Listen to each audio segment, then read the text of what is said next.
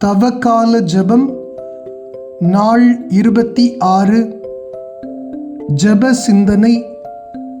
எனக்கு வலுவூட்டுகிறவரின் துணை கொண்டு எதையும் செய்ய எனக்கு ஆற்றல் உண்டு. தந்தை, மகன், தூய ஆவியாரின் பெயராலே ஆமென்.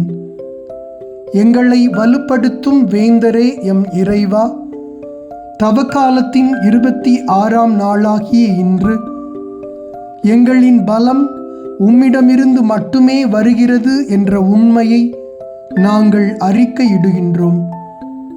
எங்கள் திறமைகள் குன்றுகின்ற போது, நாங்கள் செய்ய வேண்டியிருக்கிற காரியங்களின் எண்ணிக்கையை நினைத்து நாங்கள் மலைத்து போகும்போது, எங்கள் கடமைகளை செய்து நாங்கள் சோர்வுற்று தளர்கின்ற போது, எங்கள் சக்திக்கு மீறிய காரியங்கள் எங்கள் கண்முன் நிற்கும் போது, உமது கிருபையால் எங்களால் எல்லாவற்றையும் செய்ய இயலும் என்ற உறுதிப்பாட்டை எங்களுக்கு தந்தருளும். எங்கள் பலவீனங்களை பலமாக மாற்றும்.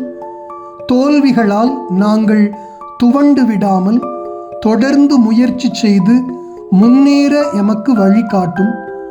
We walk by faith, not by sight. நாம் காண்பவற்றின் அடிப்படையில் அல்ல, நம்பிக்கையின் அடிப்படையிலே வாழ்கிறோம் என்ற வேத வசனத்திற்கு ஏற்ப உம்மேல் விசுவாசம் வைத்து எங்கள் பயணத்தை தொடர்வோமாக. எங்களை மட்டுமே நாங்கள் சார்ந்திராதபடி எங்களுக்கு அறிவுறுத்தும் ஆண்டவரே, அனுதினமும் உம்மை ஜெபத்தில் சந்திக்கவும், இறை வார்த்தையை வாசித்து உம்மோடு உறவாடவும், அதன் மூலம் உம்மிடமிருந்து அளப்பரிய ஆற்றலை பெற்றுக்கொள்ளவும் அருள் கூர்ந்தருளும். உமது உடனிருப்பை உணராமல் சில காரியங்களை இது என்னால் முடியாது என்று செய்ய மறுத்திருக்கிறோம். தயக்கத்திலும் சந்தேகத்திலும் நல்ல சந்தர்ப்பங்களை தவறவிட்டிருக்கிறோம். பிறரையும் எங்கள் எதிர்மறை பேச்சுகளால் மட்டம் தட்டி இருக்கிறோம். கருணையின் இறைவனே, எங்களை மன்னியும். இந்த 40 நாட்கள் தவக்கால திருப்பயணத்தில் எங்கள் ஆற்றலை புதுப்பியும். எதிர்காலத்தை குறித்து, நாங்கள் செய்ய வேண்டிய காரியங்களை குறித்து தெளிவான கண்ணோட்டத்தை நாங்கள் பெறுவோமாக.